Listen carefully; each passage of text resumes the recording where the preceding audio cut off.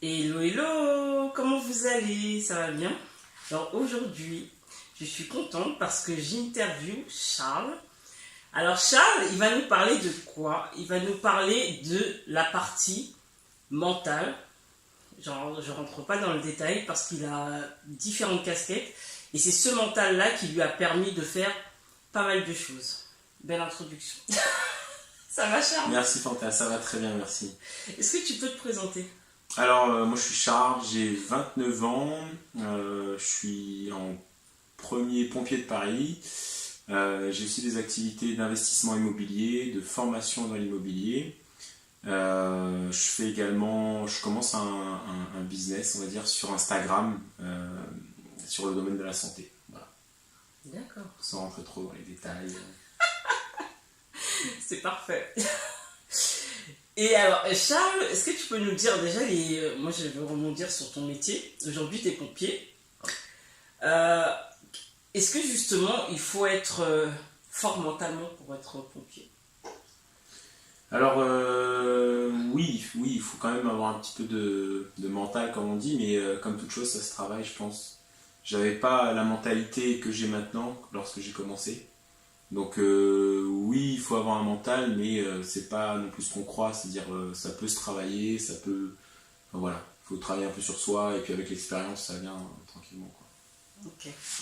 Alors pourquoi j'insiste sur le mental par rapport à Charles? Parce que Charles, il a eu pas mal de difficultés quand il a entrepris, et il a forgé. Si tu dis justement que c'était pas inné, c'est que c'est venu, comment tu as fait pour le travailler, et à partir de quand tu t'es dit qu'il fallait justement le travailler? Bah, en fait, quand je suis tombé sur des difficultés, je me disais en fait, c'est soit j'avais le choix de dire bah, ok, je reste là, je fais rien, soit j'essaie de faire quelque chose. Et donc pour faire quelque chose, j'ai cherché pour quelle raison j'avais envie de faire ça. Et c'est ça qui m'a poussé en fait. J'ai cherché le mot pourquoi j'avais envie de pourquoi j'avais envie d'être pompier, pourquoi j'avais envie d'investir dans l'immobilier, pourquoi j'avais envie d'entreprendre ce que j'ai entrepris. Et c'est ce pourquoi-là vers lequel je me suis dirigé, que j'ai essayé de forger au fur et à mesure, qui m'a permis justement d'avancer. Je sais pas si j'ai été clair. Très clair. Voilà. Très clair. Du coup, bah voilà, c'est vraiment enfin, le pourquoi, pour moi, c'est vraiment ça, c'est un objectif qui n'est pas vraiment très poli, mais au final, à force de passer à l'action, et ben du coup, ça se précise en fait pourquoi on avance, et plus on avance, plus on passe à l'action, plus on sait pourquoi on avance, et plus ça donne envie d'avancer. C'est super important ce que Charles dit quand il parle de son pourquoi. Parce qu'on veut souvent entreprendre et on se dit j'ai envie d'entreprendre parce que j'ai envie d'être libre, parce que j'ai plus envie d'avoir un patron. Mais c'est pas suffisant en fait. Il faut vraiment avoir un objectif clair et avoir un pourquoi hyper fort pour pouvoir tenir dans les obstacles, les difficultés auxquelles on va faire face, parce qu'il va y en avoir. Il va y en avoir pas mal. Et il faut que vous le définissiez. Et pourquoi pas sur la route, le redéfinir souvent. Tout à fait. Parce que c'est pas forcément... il peut changer en cours de route, mais en tout cas, il faut en avoir un. C'est primordial. Tout à fait. Ouais, j'avais une petite phrase qui dit que notre objectif, notre pourquoi, c'est un peu un diamant qui est brut, et au final, on polit au fur et à mesure. Alors, comme dit Fanta, il y a des moments où on se rend compte qu'on allait vers un objectif qui n'était pas réellement quelque chose de... Donc c'est pas grave, on change de cours de route, mais en cours de route, mais il faut quand même garder cet objectif-là, parce que quand vous serez dans la galère, et ça, dans l'investissement, comme dans l'entrepreneuriat, comme dans l'avancement chez les pompiers, et si vous n'avez pas un pourquoi fort, vous allez abandonner. Et ça, c'est vraiment le problème de se dire qu'on a l'impression que plus on va avancer, et finalement les problèmes vont s'évanouir. Mais il faut arrêter, quoi. Même dans la vie, de toute manière, on a des problèmes. À un moment donné, il faut accepter ça et juste apprendre à les gérer. Et chacun les gère un peu à sa manière. Moi, j'ai décidé d'arrêter de trop en parler. Je gère mon problème et puis on avance, quoi. Parce qu'au bout d'un moment, ça fait partie de la vie. Il faut arrêter de dire, ah là là, moi j'ai des problèmes. Écoutez, on a tous des problèmes, et plus vous ferez d'action, et plus on aura des difficultés. C'est ça. Alors les difficultés vont changer en fait. Exactement. Elles changent par rapport au stade où vous en serez, mais les difficultés seront toujours présentes. Et justement, les difficultés que vous avez au début, en passant en mode solution, c'est-à-dire vous allez dire j'ai un problème, je trouve une solution, et en fait vous allez conditionner votre esprit à dire ok, j'ai pas de difficulté en fait. Enfin si j'ai une difficulté mais j'ai pas d'obstacle, je trouve des solutions en permanence. Et après, quand vous serez à un stade plus avancé, vous trouverez justement d'autres solutions, puisque votre esprit travaillera toujours pour trouver des solutions. Et elle ne sera jamais bloquée face à un truc. C'est exactement ça. On n'est plus en mode, alors là j'ai des problèmes, on est en mode, qu'est-ce que je vais faire pour les trouver? Quelle solution je vais trouver? J'aime bien dire, l'entrepreneur trouve des solutions, on trouve en permanence des solutions, et il n'y a pas de problème sans solution, ça c'est vraiment bien. Et du coup, je vais rebondir sur le fait que Charles est un grand sportif. Moi, donc anciennement sportive du 400 mètres, j'aime un peu ce parallèle entre le sportif et l'entrepreneur.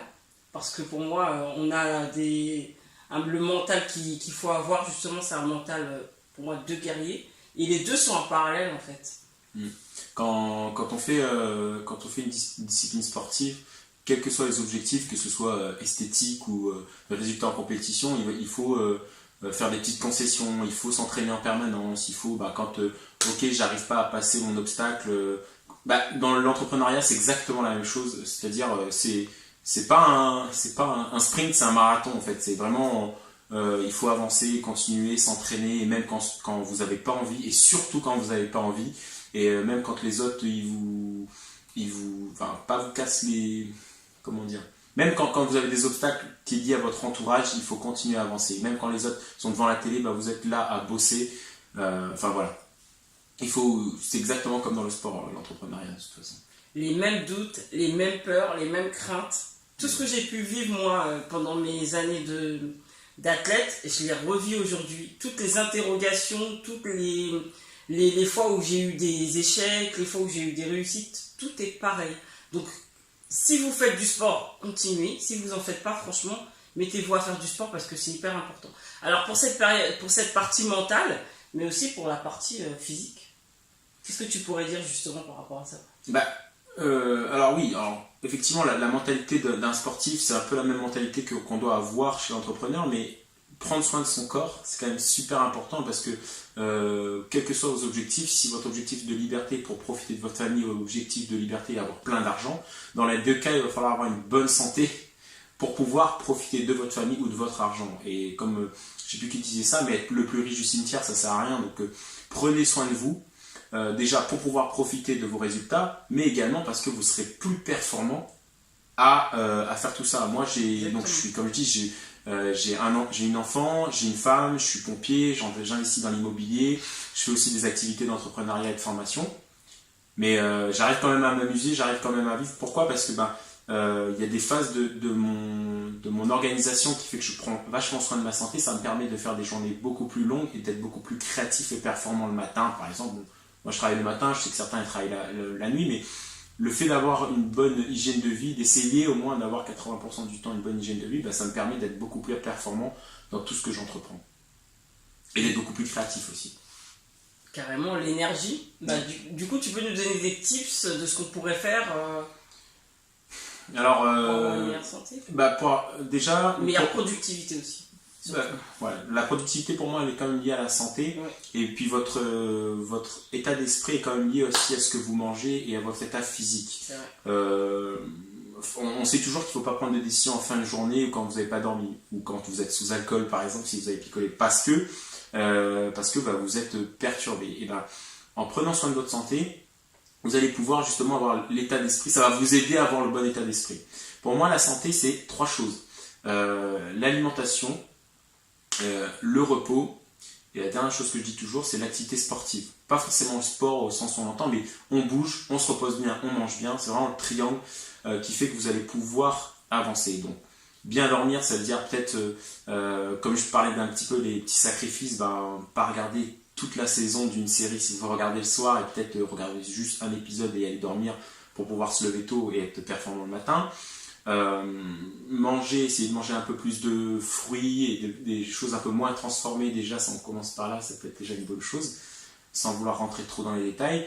Et ça ne veut pas dire bien sûr que vous ne pouvez pas vous faire plaisir de temps en temps, mais voilà. Parce que toi t'es hyper gourmand.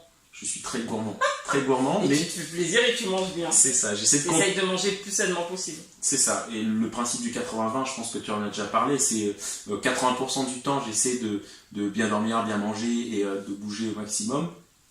Et 20% du temps, je me fais plaisir, quand je suis dans un restaurant ou quoi, je me prive pas non plus. Et voilà, rien qu'en étant déjà 80% du temps, en essayant de se protéger 80% du temps, on arrive quand même à avoir des résultats On en avait parlé une fois de ça, du 80-20 en termes d'alimentation, et on s'était dit, sur 21 repas, il y a 4 ou 5 repas justement où tu peux te lâcher. Alors quand on dit se lâcher, pour moi, il faut jamais complètement se lâcher à un moment donné. Il faut faire en conscience. Ouais. Voilà, parce que le problème de ça, c'est que votre corps, pour moi, il a un cerveau. Et si vous lâchez trop, bah, il va retenir en fait tout ça et du coup, il va vous en redemander. Donc toujours, on peut se lâcher, mais il faut quand même faire tout le temps un petit peu attention. Ouais, je suis tout à fait d'accord avec toi. En fait, il faut se lâcher en conscience. Faut pas se dire, écoute, c'est cheat meal aujourd'hui, on fait la fête, et puis vous allez vous faire mal en fait. Vous allez faire mal, vous allez mal dormir, vous allez pas être bien derrière. Et effectivement, je suis comme Fantage et je suis d'accord avec elle dans le sens où votre corps, alors il a un cerveau, on l'appelle comme on veut, il retient ce que vous faites. Et puis il s'habitue au plaisir beaucoup plus rapidement qu'à la difficulté. Donc si vous allez faire 3-4 cheat meals où vous allez vraiment manger énormément, manger ou boire, enfin peu importe, et ben votre corps il va retenir ça, il va vous redemander parce que même si c'est pas forcément bon pour lui, bah, c'est associé quand même à une notion de plaisir et il va vous redemander. Et comme ça s'habitue plus facilement au plaisir qu'à la difficulté, il va rapidement, pour parler de ma petite campagne, je reviens d'un voyage justement à l'étranger où j'ai fait beaucoup plus d'écart, et ben, mon retour en métropole a été beaucoup plus difficile parce que rien quand je suis parti exactement 8 jours, alors pendant les 8 jours, j'ai pas fait 8 jours d'évangile non plus, mais j'ai fait beaucoup plus d'écart et mon corps il s'est habitué rapidement, donc au retour, psychologiquement c'était plus dur en fait. C'est comme une dépendance, hein. Quand tu reviens après, c'est compliqué de revenir, alors que c'est que 8 jours, quoi. Ouais. C'est dingue, hein. Et j'ai vu aussi quand tu faisais tes séances de sport, tu souffrais, hein. Et pourtant t'as fait du sport là-bas. Ouais, j'ai fait un peu de sport, histoire pas propre, mais t'as quand même souffert, c'est dingue, hein. Souffert. Mais en fait, on est obligé de... Bon, on se lâchera de toutes les manières, on peut pas être constant sur 365 jours sur 365 jours, mais c'est vrai que c'est important de garder des habitudes et de garder une constance, que ce soit dans l'alimentation, que ce soit dans l'entrepreneuriat, que ce soit dans tout. Je me permets de rebondir juste sur un petit mot qu'elle a dit, Fanta, les habitudes, on est des aides d'habitude, enfin franchement, tout ce que vous entreprenez, là on parlait d'alimentation et tout, mais il faut toujours penser à vos habitudes, c'est-à-dire, mettons, vous voulez écrire un article, et levez-vous le matin, ou toujours à la même heure, faites votre travail, toujours à la même heure, faites votre séance de sport, parce que votre corps il prend l'habitude de le faire, et après ça devient beaucoup moins dur. Moi je vous donne un exemple, ça fait presque 1 an et demi que je me lève quasiment tout le temps à 5h du matin, donc 80% du temps à 5h du matin, c'est ma façon de fonctionner, hein. Il y en a que c'est la nuit ou quoi, et à un moment, même quand je n'avais pas spécialement envie ou besoin de le faire, là mon corps était habitué de se lever à 5h du matin, donc il se levait. Et si tu le fais pas, ça va pas. C'est ça, et si je fais pas, je vais pas. Et du coup, moi mon rituel c'était voilà, je me levais, mon thé, ma méditation, mon sport, et mon corps il y allait tout seul, j'avais même plus besoin de réfléchir, de me forcer, et du coup j'allais faire mes trucs. Donc essayez de vous créer des habitudes, c'est vachement important pour les moments où vous aurez beaucoup plus de mal mentalement à maintenir, vous aurez tout simplement l'habitude de le faire et vous continuerez à écrire vos articles, faire vos vidéos ou quoi que ce soit.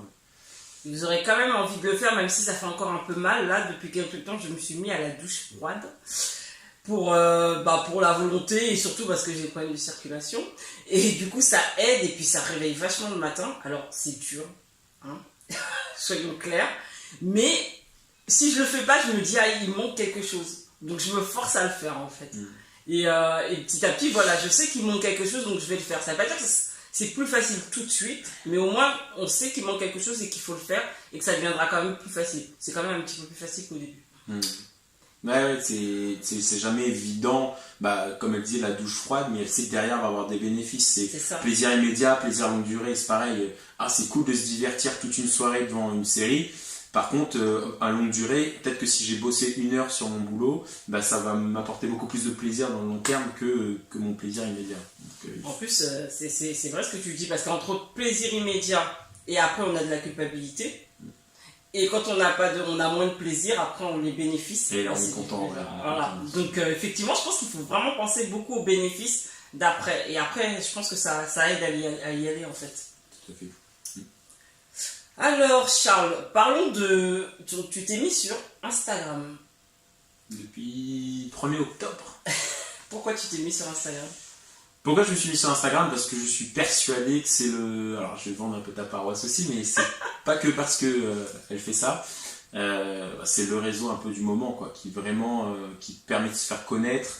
On a une capacité de visibilité qui est bien supérieure à Facebook par exemple, et puis c'est un réseau sympa quand même, faut dire. Il y a une belle interaction avec les abonnés, et puis c'est bienveillant ce qu'on disait par rapport aux autres réseaux sociaux. Ça, on a un peu moins de haters, je trouve. Moi j'en ai eu un il y a pas longtemps qui m'a dit qu'il voulait me détruire, mais bon, à part ça... c'est encore là visiblement. Voilà. Mais c'est quand même assez bienveillant. Et il y a une belle interaction avec ses abonnés. Et du coup, qu'est-ce que toi tu leur apprends? C'est quoi ton concept?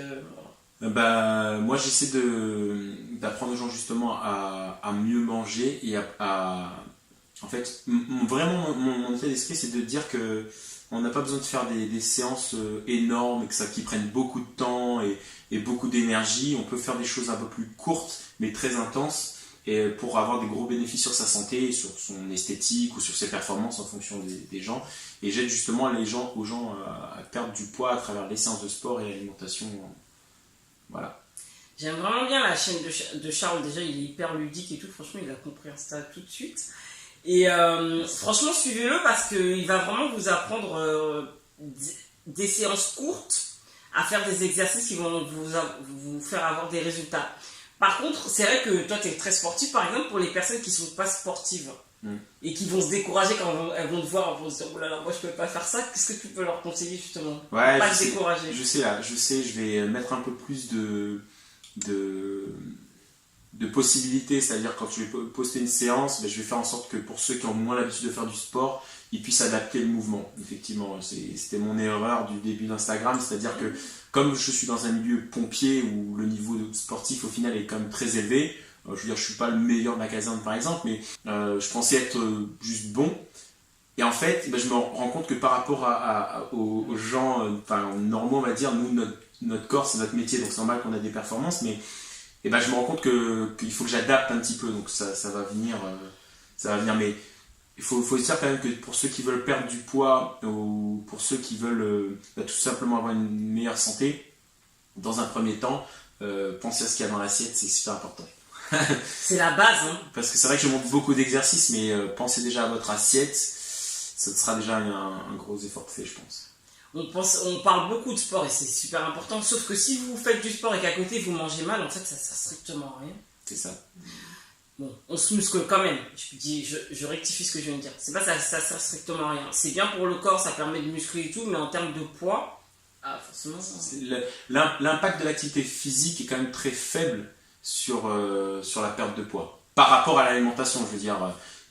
sans compter, alors quand vous faites de l'activité physique, c'est bien pour votre système cardiovasculaire, tout ça, donc vous allez être en meilleure santé, vous allez vous muscler, etc. Ça, par contre, pour la perte de poids pure, il y a 80%, c'est l'assiette, quoi. Et oui, ça on le dit pas, hein, mais... Et oui, parce qu'il y en a beaucoup qui disent ouais, je vais courir 10 fois par semaine, les mecs qui se tapent un gros McDo derrière. Je veux dire, l'effort que vous allez mettre dans vos séances de sport, si vous mettez peut-être 20% à essayer de vous restreindre au niveau, changer votre alimentation, vous aurez des meilleurs résultats, quoi. Clairement. Voilà, donc pensez à votre santé, voilà, c'est un peu de tout ça que je parle sur ma chaîne. Là, j'ai un petit peu arrêté le mois de décembre, fin d'année, mais arrêtez, je poste un peu moins souvent, mais début d'année je reprends, mais en essayant de faire des séances beaucoup plus adaptées pour les gens. Et j'attends. Voilà. Super Charles. Et si tu avais donc un conseil à nous donner, donc niveau entrepreneuriat, santé, tout ça, qu'est-ce que tu pourrais nous conseiller de plus que ce que tu as déjà fait là? De plus que ce que j'ai fait, c'est de rester focus. Alors c'est pas évident tous les jours. C'est vrai qu'on n'en a pas parlé d'ailleurs. Rester focus. J'ai eu moi aussi par moments, je m'éparpillais un peu, mais restez focus et n'écoutez que vous. Ou alors écoutez les gens qui vous font des critiques constructives ou des gens qui ont déjà fait ce que vous avez fait. Moi par exemple, j'essaie de me développer sur Instagram.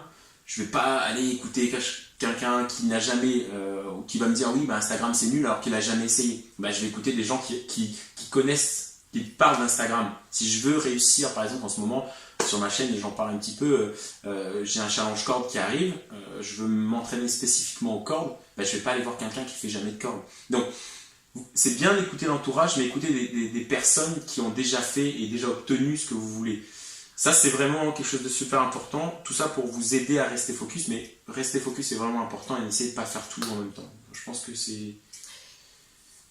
voilà, sans vouloir rentrer trop dans les détails, c'est un peu ce que je voulais dire. Non, c'est bien. Et du coup, je vais rebondir sur autre chose. J'ai une chose dont on n'a pas parlé, c'est comment tu as fait par rapport, justement, tu dis qu'il faut rester focus et écouter les personnes qui te donnent des conseils et qui savent de quoi elles parlent. Toi, au début de ta vie entrepreneuriale, tu as eu des difficultés, enfin comme nous tous, mais tu as eu pas mal de personnes qui comprenaient pas forcément ce que tu faisais. Donc comment tu as géré? J'ai géré difficilement, hein, il faut se dire que c'est quand même compliqué parce que en fait vous avez plusieurs types de personnes. Alors ma plus grosse difficulté ça a été dans la tête et d'écouter certaines personnes de mon entourage.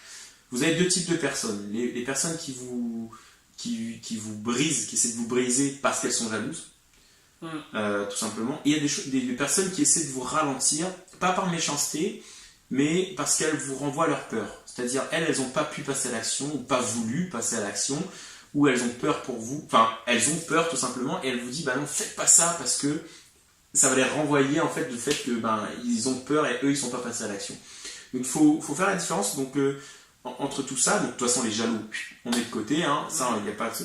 et souvent c'est l'entourage proche effectivement qui vous dit ah non fais pas ça, ça va être compliqué, t'es bien, t'es pompier, t'as la sécurité etc. Et ben c'est pas évident mais il faut pouvoir, je vous dis pas par exemple de virer votre famille ou quoi, pas du tout, mais il faut pouvoir leur expliquer sans faire du rentre dedans. Moi, ça a été ma grosse difficulté au début parce que je découvrais tout ça, je voyais que ça marchait, je te dis mais si, vas-y, il faut faire ça. Et les gens font oh, il vient d'où lui, qu'est-ce qu'il fait et tout. Et donc du coup, surtout si c'est des gens que vous aimez, qui essaient de vous bloquer un petit peu juste en renvoyant leur peur, expliquez-leur ou faites tout simplement, faites-le silencieusement. Respectez les gens qui sont autour de vous, mais avancez toujours silencieusement.